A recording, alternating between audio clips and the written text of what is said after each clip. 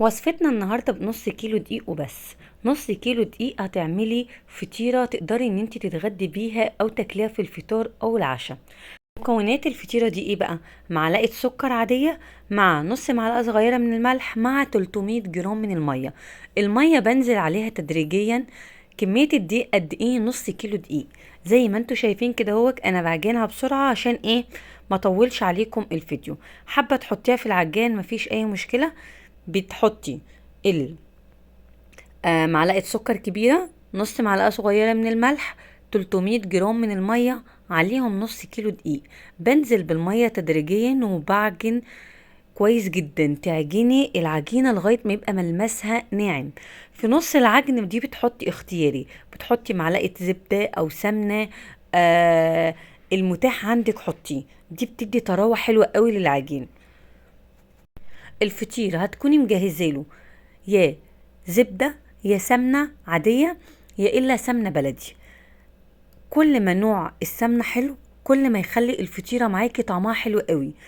حابة تضيفي زيت مفيش أي مشكلة، بتضيفي على السمنة زي ربع كوباية زيت، وما بتكتريش زيت عشان ما ينشفش منك الفطير. انت عاوزة تعملي فطير فلاحي صح يبقى بالسمنة. بس لو انا بقولك لو انت حابة تحطي زيت مفيش اي مشكلة، بتحطي حاجة بسيطة. بعد كده بعد ما عجناها بسيبها تريح 10 دقايق. ما بسيبهاش اكتر من كده لان هي ما بتخمرش. انا بسيبها تريح عشان اقطعها. النص كيلو انا بقطعها ل8 قطع. 8 قطع زي ما انتوا شايفين كده اهو. طب ليه بقطعها بالطريقه دي؟ لان الطريقه دي بتخلي الفطير معايا مورق قوي. خليكم معايا واحده واحده وصدقوني هتعملوا فطيره حلوه قوي. فطير فلاحي بجد. هتكليب جبنه، هتكليب عسل، وهتعمليها في وقت قصير. مش هتطولي ولا حاجة، يعني بكتير قوي نص ساعة هتبدأي في العجن لغاية ما تسويها وتخلصيها. مش هتاخد اكتر من كده اهو. يبقى اول حاجة عجنت العجينة كويس جدا، سبتها تريح 10 دقايق. بعد كده كورتها. بعد ما كورتها كده اهو بسيبها برضو 10 دقايق ترتاح. بكون بقى مجهزة السمنة بتاعتي او الزبدة زي ما قلت لكم، او سمنة على زيت، اي حاجة من التلاتة دول. بعد كده ببدأ بقى ايه؟ افرد واحدة واحدة. ما بفردهوش اللي هو الفرد النهائي، لا، بفرد اللي هو فردة زي رغيف العيش كده هو. بين كل واحدة وواحدة زي ما انتوا شايفين كده هو بحط سمنة. يعني باخد سواء بمعلقة سمنة او بغمز بايدي كده هو السمنة، واعمل الفطيرة. هعمل التمانية بالشكل دول. يعني هعمل التمن قطع العجين، هعملهم بالشكل ده واحطهم فوق بعضهم. اهم حاجه يا جماعه في عجينه الفطير ان انت تعجني العجينه كويس جدا. يعني تطلعي كل طاقتك فيها، ما تخليش العجينه مخرزه كده هوك. لا، العجينه بتبقى ناعمه. عجينه الفطير بتبقى ناعمه كده هوك زي الزبده، بتبقى حلوه قوي. ديك بتبقى محتاجة عجن شوية. نوع الدقيق بتجيبي دقيق يكون فيه عرق. يعني بتقولي للعطار اللي انت هتجيبي منه الدقيق، تقولي انا عاوزة لو هتجيبي دقيق سايب بتجيبي دقيق، تقولي عاوزة دقيق هعمل بيه معجنات، هعمل فيه فطاير. الدقيق بيكون فيه عرق. هو دوت الدقيق اللي بيحتاجوه للفطاير. تمام كده هوك. بعد هنا ما خلصت بقى التمانية هم زي ما انتوا شايفينهم كده هو، كوبين راق وراق سمنة. بسيبها برضو تريح 10 دقايق. اول لما احط ايدي كده والاقي العجين بتاعي ما بينكمش يبقى هي كده ارتاحت كويس جدا. ببدأ احط بقى معلقتين كبار برضو من السمنة، وببدأ افرد بقى على صينية، على ترابيزة، على الرخامة بتاعتي. ايه المتاح عندك وحابة تفرديها تفردي. يعني بصوا احنا كده فردين 8 رقات، وغير كده لسه هنفردها كمان ونطوي رقات. فتطلع معايا الفطيرة بسم الله ما شاء الله مورقة حلوة قوي. يعني خلي الطريقة دي عندك معتمدة لو هتعملي فطير كبير، سواء الفطيرة نص كيلو او الفطيرة كيلو. الطريقة دي حلوة قوي وبتخلي الفطير معاكي مورق جدا.